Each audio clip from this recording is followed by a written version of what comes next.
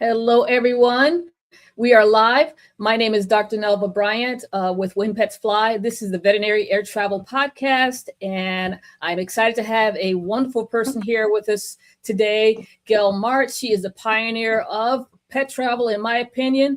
But before I get into introducing her, let me just say a little bit about myself and what I'm doing here with these podcasts. Again, I'm Dr. Nelva Bryant. I'm a veterinarian, and I work in the airline industry. I work for Delta Airlines at the present moment, and I have been on staff with them since around 2018, brought on staff to review and revise policies for animal transportation. Within this time frame, though, I've started noticing there's things that pet owners can do to better prepare their pets for air travel. So I've been advocating for really focusing on your pet during air travel. I developed When Pets Fly to share that on that platform, and I've grown. It's been basically 6 years since I've been doing this. And I am on social media with Facebook, Instagram, LinkedIn, and I have a YouTube page. I have a website, www.winpets.com. So you can get valuable information there. If you want to have a consult with me on pet travel, please, I'm available for that as well. And I have these podcasts, which I've been doing for the past at least 5 years now. And I bring on different stakeholders in the animal transportation industry. I have brought back today Gayle Martz. It's been maybe 2 or 3 or probably 4 years since we've had you on, and I've missed you. I think you're outstanding. Folks, I'm going to let her introduce herself because I don't think I can adequately do it. But Gayle, please introduce yourself and let everybody know what you did. Well, thank you, Dr. Bryant. It's such a pleasure for me to be here with you today. And today we have Coco. She's my best little girl. She'll be 7 years old on July 21st. And she's the cutest little girl, and she's with me wherever I go. So we'd let people see her now so you can see. And when she travels with me, we have the SHERPA bag, which I created back in 1988, 89, and changed the policy on the major airlines so pets could travel in the passenger cabin. And then I worked with the automotive industry for pet occupant safety in the cars. And then trains, cars, planes. But I really think what's so important to deal with is safety at home. And when you have a SHERPA bag, they can be in the bag and they feel comfortable and safe because they love that den environment. Yeah, wonderful, wonderful. But you know what? It's always hard to try to introduce yourself and say the things that you've done because we kind of sugarcoat it a little bit, or you don't expand on it further. But please, share what you did as far as pet travel and being the pioneer as far as advocating for pets being traveling in cabin. And tell me a little bit, because I remember you were at one point a flight attendant, and I always forget the airline because it no longer exists. But tell me the beginning. It was Trans World Airlines. There we go.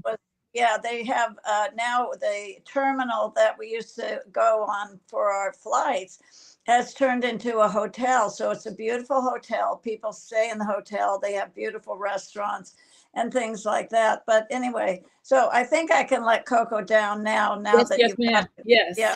Then she can go back over on her bed and just, that's a good girl. That's a good girl. Okay.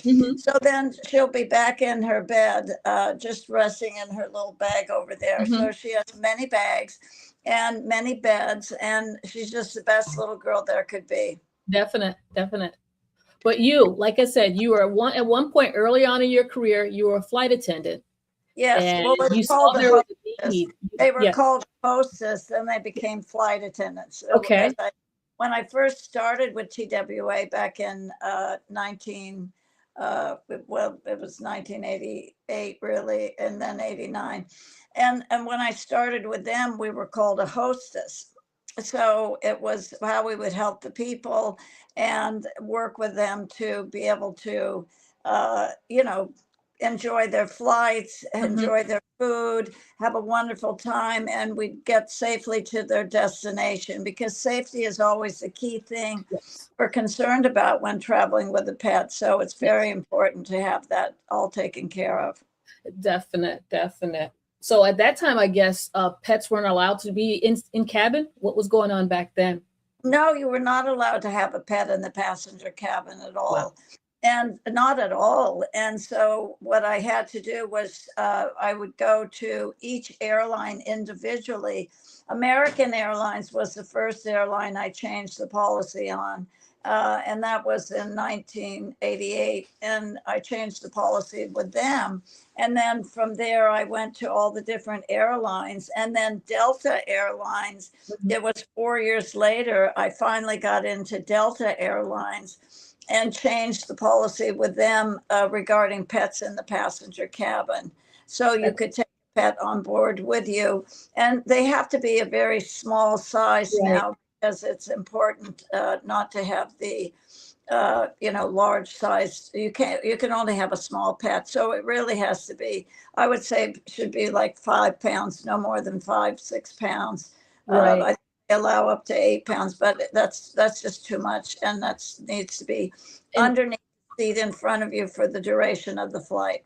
And I'm sure it was difficult at the time to get everyone to turn and change, because what folks don't realize is in-cabin is actually highly regulated as far as with FAA and all these different things that the flight attendant, or you said the host have to learn. So there's a lot of safety features that's involved with just being in cabin. So allowing a pet in there, they had to kind of change some rulings around that to allow certain pets, and it had to be a certain size. So there was some importance behind that. And then also another thing about it is, it was almost like a privilege to do that. It wasn't something that was wide open, because they still, in a sense, restrict the number that are in cabin, correct? Right, exactly. Oh, yes, exactly. It's very much restricted. Then it was much, wasn't restricted really as much anywhere near to where it is now. Now it's almost impossible. And it's really pretty much impossible, but it's not impossible. You do it, but you always have to prepare and do everything the right way so your pet can be, safe on the plane, get on the plane, not disturb other people. And because some people are allergic to pets, and so you want to be very careful of what you're doing with everything you do when you travel with your pet. Yeah, no, that's good. And then after getting that, then you design the perfect bag for them so they could be comfortable in. It meets all the requirements for animal welfare and safety, proper ventilation and sizing. Then you did that. Amazing. Yeah, I did that. So I created many, many, many, many bags, hundreds of thousands of bags. I created so many, and I was in Paris, New York, and San Clemente. So I had the 3 places where I was working from, but then I would work wherever I had to work with the airlines to go to them to work on policies and procedures and all the regulations involved with taking a pet on board the airplane. Very important. Yeah. See, again, that's one thing that's important. Trust me, I have a lot of people that reach out to me, not saying a lot, but I've had some advocacy groups that reach out to me wishing or asking, how can they maybe allow different animals in the cabin? Because initially when this was decided, you think about it, back then, the most common pet in the household was your dog or your cat, right? And it had to fit inside the carrier, underneath the seat in front of you, as you mentioned. So now, though, there's people that have rabbits. They might have their pet lizard, something, and everyone wants to travel with their pet, and airlines still have certain restrictions in place. Big restrictions. They have big restrictions in place. It's totally restricted now with what you can bring on board an airplane. There was a time when you could bring a bird, and people would have their birds with them as well. But then, that's all finished and done with now. And it's really very, very regulatory on exactly what can be done on the plane with the pet. So that's how you move forward with that. Yeah, I do know that Delta has it where domestically you can travel with a dog or a cat or potentially a bird, but when you start getting international, they don't allow birds, and it might be because the requirements when you go to your destination countries get more stringent too. Folks have to realize when you're traveling with a pet in cabin, you have to meet the airline's requirements, but then also you have to meet the destination requirements, and they kind of get fused and mixed together. People mix them together, but the airline might have their own policies, and then wherever you're going to will have their own regulations, and you have to meet both of them. Oh, exactly. All of those. You really have to pay attention Mhm. to everything that you're doing. So Mhm. you've got the list on your site that people can see Yeah. regarding, so they can read over some of the things that, Yeah. I've done and see that with Yeah. what has been happening. And it never was easy. And it's really difficult now. But at any rate, here we are. So we're together, Mhm. to talk about this and what Yeah. changes can be made and different things like that. So thank you. I really appreciate your time, Dr. I Brown. am very happy that you're here with that. But you know what? I want to mention also again, you made the bag which meets requirements. Wasn't there something special about the Sherpa bags over the other ones? Because I believe you guys had actually worked directly with airlines to ensure that met the requirements, correct? Oh, yes, I worked Mhm. with the airlines. I had to work with each airline individually, one by one by one, to work on their policies and procedures. Mhm. So anyway, that's what I did, was working each airline one by one, and Delta was the last one. And that was, I finally got the policy changed on them. And then certain airlines, like I did the Delta Deluxe Pet Carrier by Sherpa for Delta Mhm. Airlines. So they have their own bag, which is beautiful. That's nice. That's very nice. Yeah. Yes, Well, that was really good to do I with think them. I just think it's wonderful that you came up and advocated for this. Was there a spark or something, or if I remember correctly, there's a reason why is it called Sherpa? Tell me that story.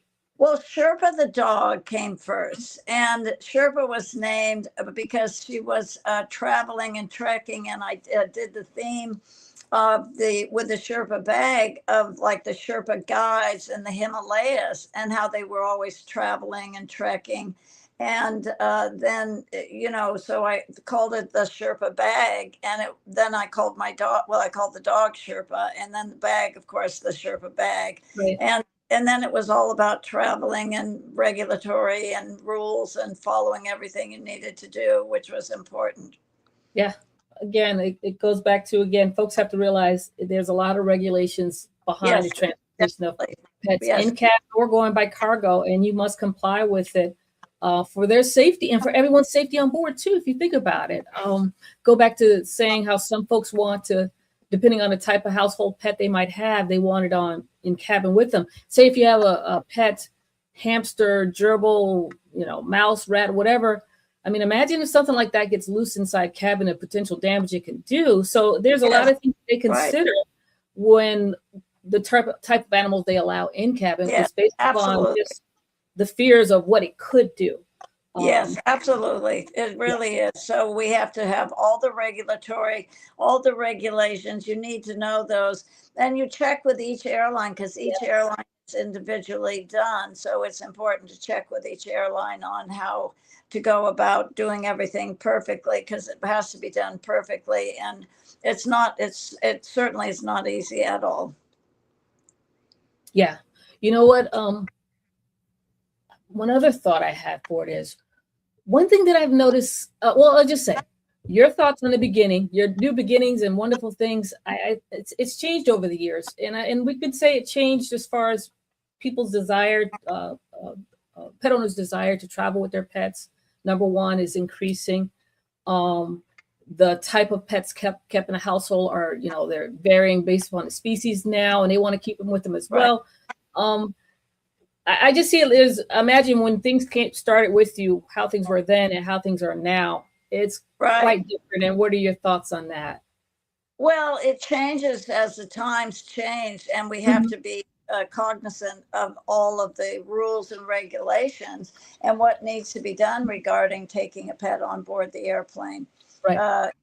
Or to being safety, more important than the plane, I think, is really in the automobile. And then more important than that is safety at home. So that's what Mhm. the Sherpa bag gives you, all of those parameters to Yeah. make the pet safe and to have you be safe when you're traveling or not traveling or just have the pet with you. That's the most important thing. Right. Just a question, side note question for you. When you travel with Coco, how long does it get you to prepare for Well, see, Coco's a champ at this point because you travel Yeah, internationally quite frequently and Coco's yes, been with right. you. But Is there anything special you do in preparation for traveling with Coco going in cabin? Well, you have to do everything special. And the thing is, it's not, it's the one thing you don't want to do is have them have food and water because there's not a bathroom on the plane for them. And so you really want to restrict the food and the water. And then, because up to the hours before the flight. And then once you get in, they can have food and water. But before the flight, it's so important to really be mindful that there's no food for them to have and Right. water because they don't have the bathrooms on the plane. So that's Right. why they have to do that. So it's Yeah. important. I have another friend that's on. Usually, I have on as a podcast guest. She said she's to the point where she's trained her dog well enough. I think she's been traveling with her dog. Her dog is 17, which is amazing. Yeah. She's been traveling frequently. She says she takes a wee pad into the bathroom and say, Yes. go ahead and do it. And sometimes, and the dog is trained. So it all depends on the dogs and their training and stuff. But you do have to be mindful that Yes. some may not want to. Might feel restricted and Yes. go. So you have to Right. monitor. Don't give them too much, feed them or too much water during that time frame. Exactly right. You're so correct with that because you can't do that because they can't go to the bathroom. Right. And if you couldn't go to the bathroom, you would restrict your food and your water Right. intake as well. So it's Yeah. both ways. For both Some of of you. as you said, some of the things are kind of common sense as you apply it to yourself or what you would do. So do the same Exactly. Exactly. You're absolutely correct, Dr. Bryant. It's so Yeah. true with everything that you say. Yes, absolutely. Well, one thing that I noticed, like I said, as far as in cabin, that really, and I guess I get this based upon seeing a lot of things on Facebook and everything. Yeah. You get so many people that are doing things with their pets now, where they'll allow you to have a pet in cabin, and they'll sometimes force a dog that's way too big for the carrier inside Yes. there Yes, and transport it. And then they'll publicize it on Facebook as if that's the norm, and it's not the norm. The norm is following what the policy says. You said the airline's policy. There's a size sometimes and a weight restriction based upon the all pet the time is the size and the weight. It's got to be they can only be so small. Yeah. Really, they have to be very, very small and very well trained. Yep. And don't eat and don't drink before the flight. Yeah. You can have plenty of food and water once you land, but it's paramount that you don't eat or drink before the flight. Right. Very important. That's so important to be mindful. Yeah, I like I said, you get a lot on social media now where folks are bending rules, or either right now what I see there's rules and regulations out, but they're not being applied consistently across the board. Yeah, right, exactly. Confusion to pet owners that it's okay to do certain things when it's not, because you might get one agent that might be lax, but the other agent, when you get to maybe another or try to return home, is not lax. And then what are you going to do? And then you're mad. You're saying you're mad at the airline, but you know what? You should be mad at yourself because you didn't follow the policy in the first place. Right, exactly. You're absolutely correct with everything that you're saying. It's absolutely correct. So that's the most important thing. We really have to adhere to these policies and regulations. And it's such a very limited number of dogs or cats. Cats really don't want to travel, so they're more.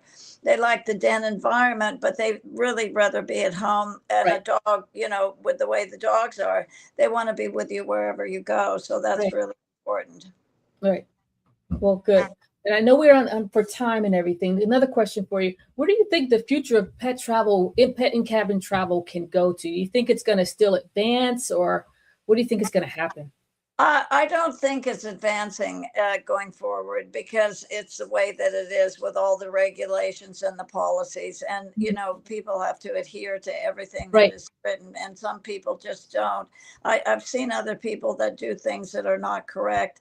And so it's really bad what happens with them. So they can't.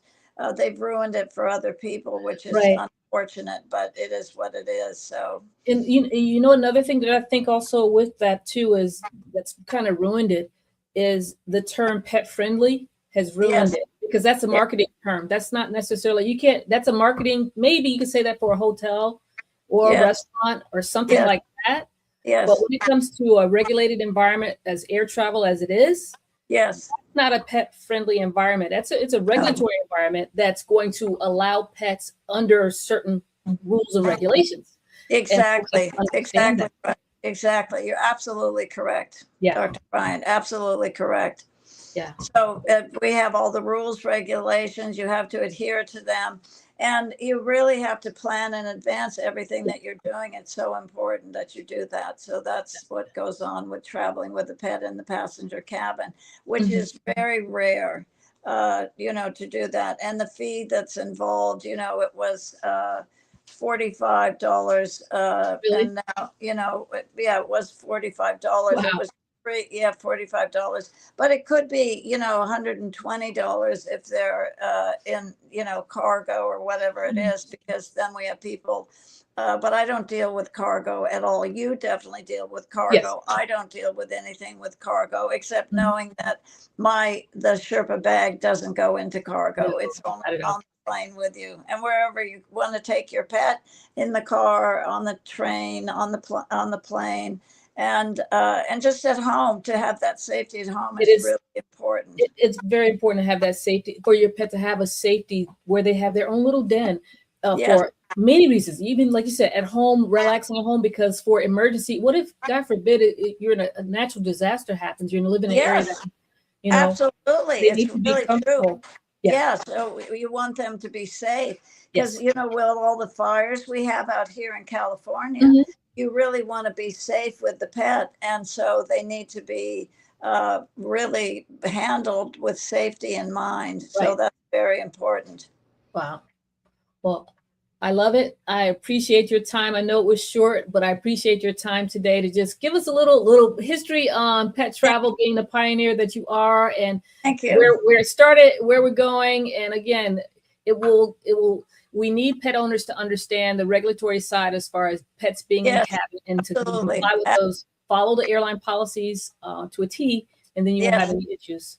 But absolutely correct. You said it yeah, exactly perfectly, Dr. yeah, Bryant, as you know how to do with yes, everything. So we covered, I think, what you wanted to go over. Is there yes, any I more did, lady. I can answer for you? Are you okay with everything?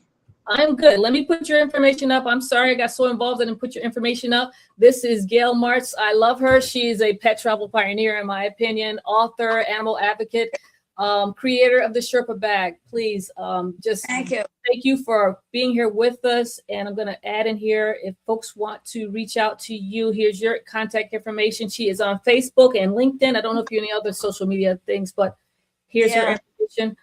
And is there yeah. anything further you want to add before we go? No, I'm happy, and I was grateful to have the time Yeah. with you. Thank you so much, Dr. Brian. Thank you Yep. for having me on the show Yes. today. I really Well, appreciate it. thank you so much, and thank you everyone for joining in for a history lesson. We'll talk to you again next time. Bye-bye. Bye. You can say though. Okay, thank you. Bye, everyone. Have a great day.